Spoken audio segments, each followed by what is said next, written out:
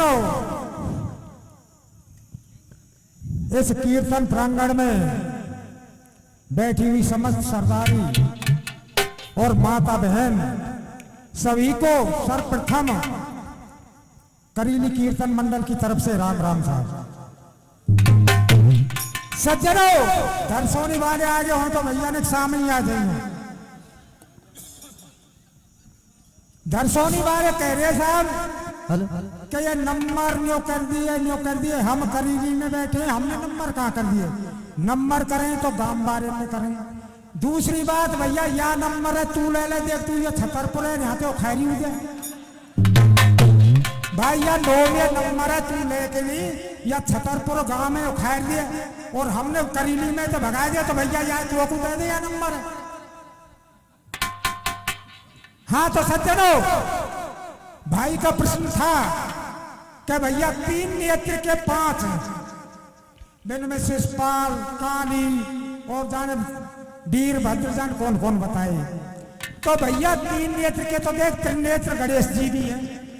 3 नेत्र को कौन अस्तुत थामा, 3 नेत्र को जाकर बाद में वो मणि बनी, वो अदृश्य है गो, जाकि तुम कह रहे कि लापता, तो वो बात लापता है और बाकी नेत्र की जगह पे वो मणि हुई। और सुन तेर काज और कैसे बताओ लाला ने बताइए, और बताओ तेर काज, पर तेरी समझ में आवे ही को नहीं। क्यों? क्या तू जाने ही ना, तू तो एक चीज बजावे भाई ये माने, और कछु तो माने ही ना।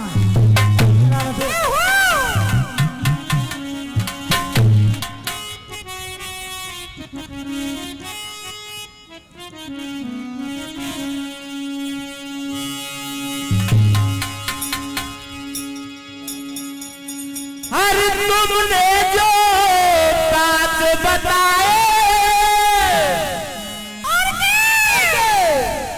अरे वो 3 नेत्र के पाए। हाँ भैया, जो तुम वाचन की कह रहे थे वास्तव में 3 नेत्र के हते, और मैं बता रहा हूँ बेऊ 3 नेत्र के, पर या मैं छठवां और बता रहा हूँ। किस तरह से भैया? अब छठवां तुम्हें बता दे, तू सुन ले ध्यान लगाए। अरे वो तो सोया सासी नारी संग नंदी बलधारी, दिया छठवां तुम्हें बता। कथा ये है कथा,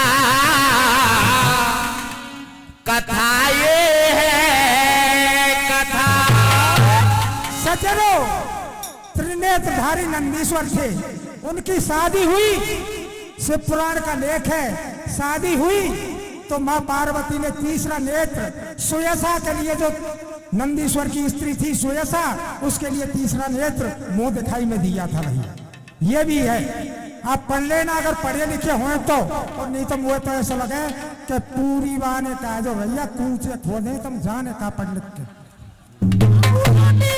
और न्योर कह रहे साहब कि हम तो साहब या छतरपुर में पहली बार आए। भैया तू पहली बार आए हो तो तिलक क्यों कर गो नहीं हठोरी तिलक हुआ तो कोई कर गो हो। अब प्रश्न को जवाब दे भैया तू हमारे को। हाँ बोल भैया।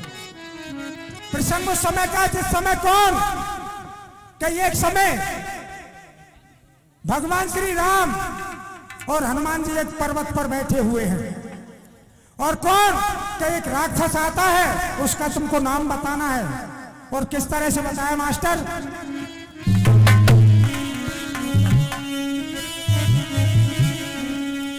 अरे हनुमत रघुराई है, वो पहुंचे गिर जाई है। अरे एक चलाते तो आया, अरे तो बड़े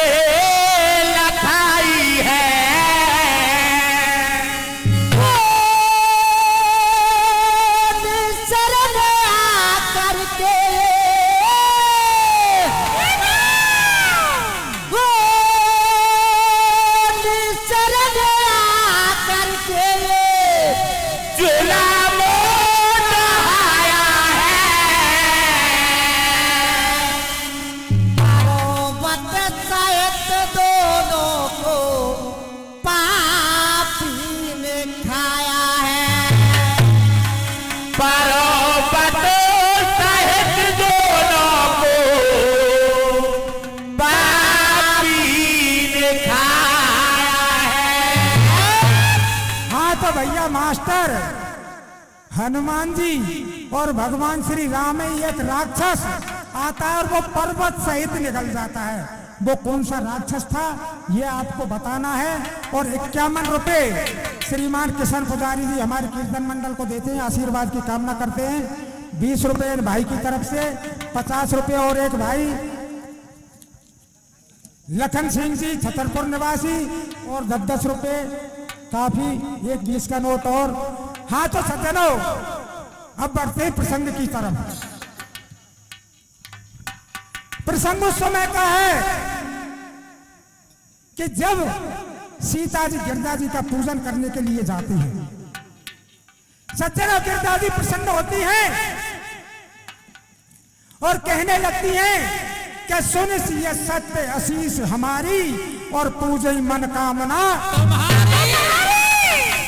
सीता जी कहती है कि हे मां, यदि मेरी मनोइच्छा पूर्ण हुई तो मैं इस शरीर से कैलाश पर्वत पर आकर फेरों से पहले, शादी से पहले आकर के तेरी पूजा करूंगी। सज्जनों सीता आ जाती हैं और इधर में भगवान श्री राम धनुष को तोड़ देते हैं। यहां तक कि बारात अयोध्या से आ जाती है, भगवान श्री राम के फेरा पड़ने की तैयारी होती है। सीता और राम दोनों मंडप के नीचे होते हैं और सीता को ध्यान आता है कि मैंने किसी को वचन दिया था और वो वचन दिया था किसके लिए?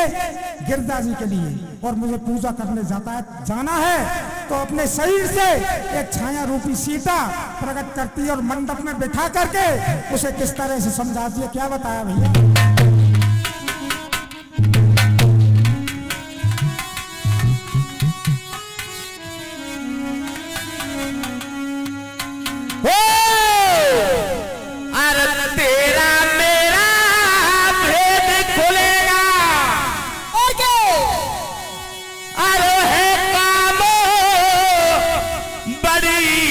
होशियारी का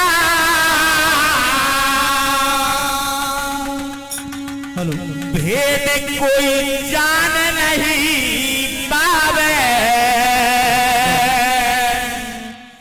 इस छाया रूप कुमारी का भेद कोई जान नहीं पावे, इस छाया रूप कुमारी का। सज्जनों सीता उस परछाई रूपी सीता से कहने लगती है कि हे बहन, मैं गिरजा जी का पूजन करने के लिए कैलाश पर्वत पर जा रही हूँ और तुम इस जगह पर शांति से इसी प्रकार से बैठी रहना। और ये जो मेरे और तेरे बीच का जो रहस्य है ये किसी को मालूम नहीं होना चाहिए। अरे भैया यार चाय ने पीछे ही दे देते दादा, ये क्या करो भैया? किस तरह से भैया? तेरा मेरा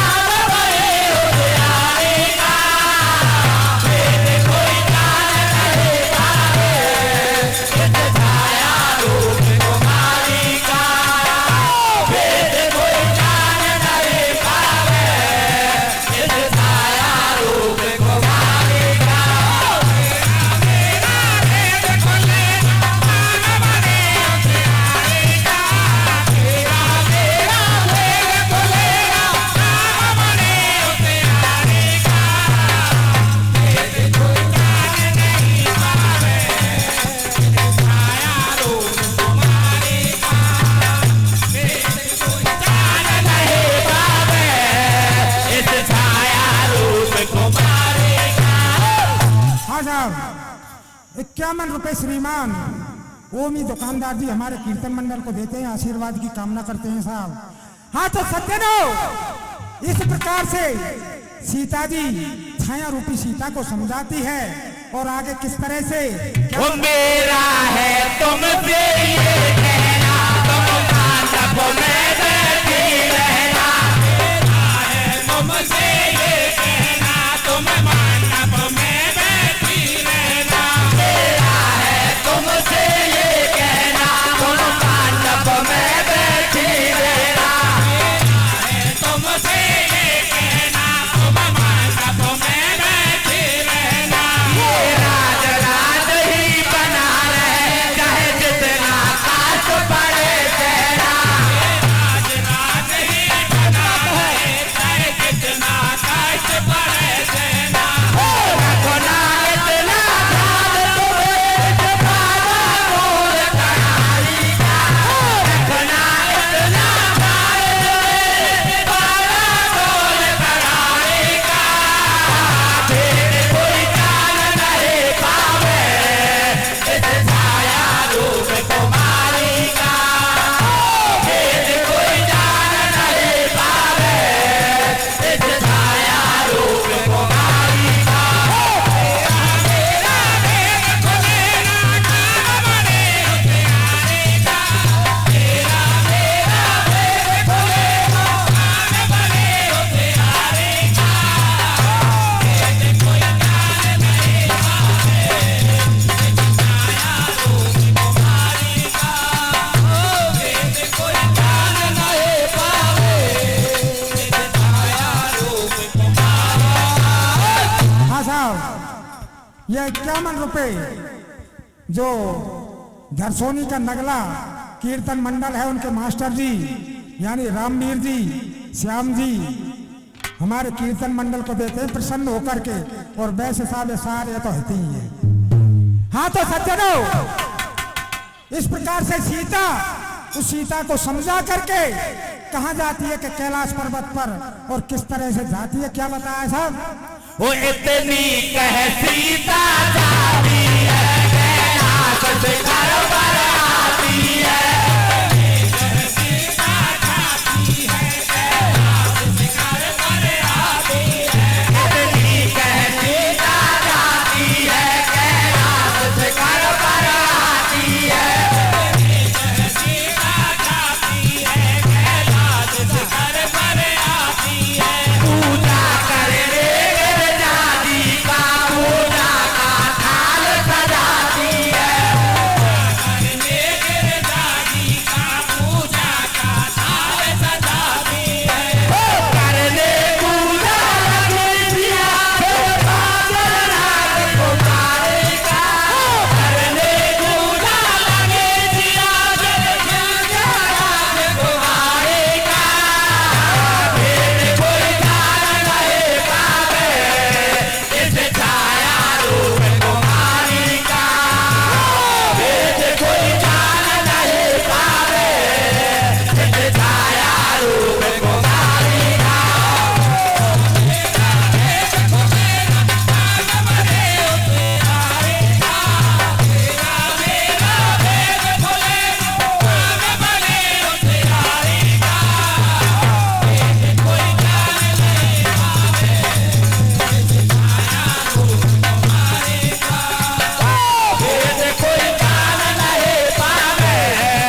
इस छाया रूप कुमारी का।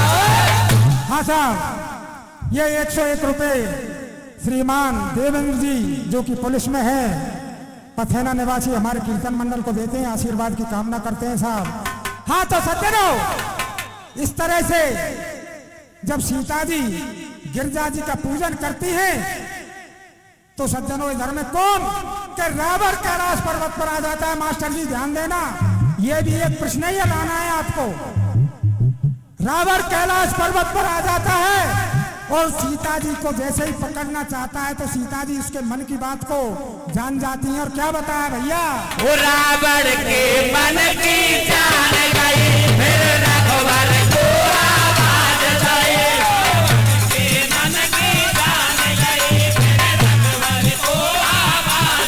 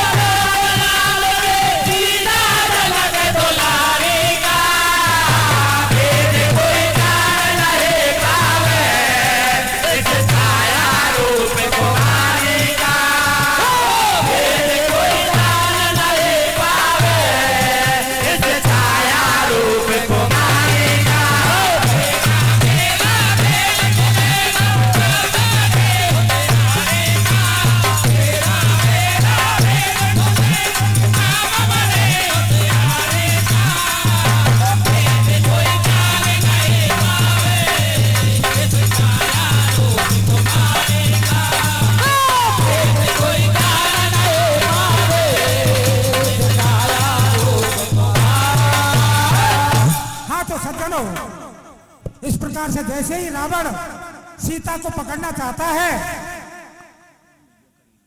हाँ साहब, ये 101 रुपए श्री सुखराम जी करीली निवासी, 51 रुपए बाबा मान सिंह जी करीली निवासी हमारे कीर्तन मंडल को देते हैं, आशीर्वाद की कामना करते हैं। हाँ तो सज्जनों, जैसे ही रावण पकड़ना चाहता है, सीता जी भगवान श्री राम के नाम की दुहाई देती है कि हे प्रभु, यदि आप कहीं हैं तो मेरी रक्षा कीजिए। भगवान श्री राम के कानों में जब यह शब्द पड़ता है तो भगवान श्री राम को क्रोध आता है, हाथ ऊपर जाता है और मंडप से एक सीख खिंचती है भैया। और उस सीख से क्या करते हैं भैया, क्या बताया मास्टर?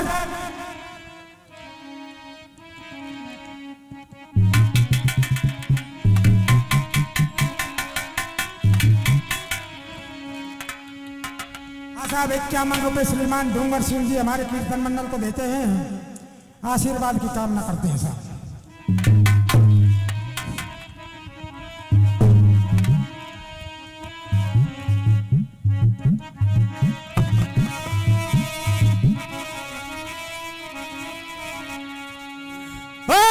क्रोध की ओर अगोराई,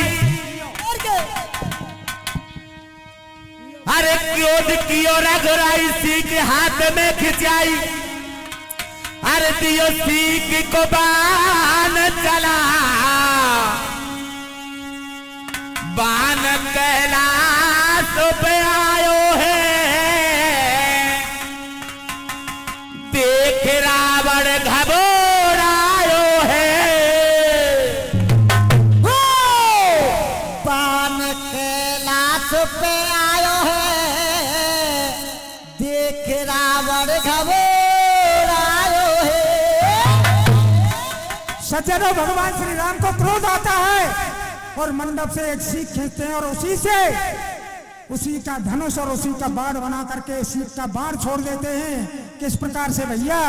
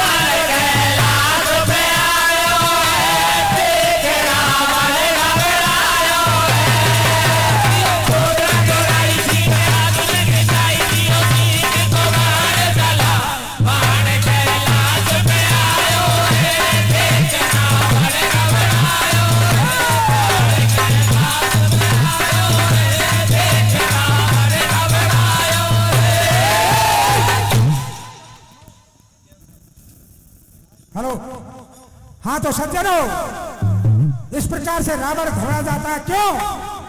कि उससे केवल रावण ही भयभीत नहीं हुआ था, बल्कि समस्त सृष्टि और वहां में धरसोनी को नगलाऊ शामिल हो, सब भयभीत है, ये कंपायमान है। और क्या बताया भैया?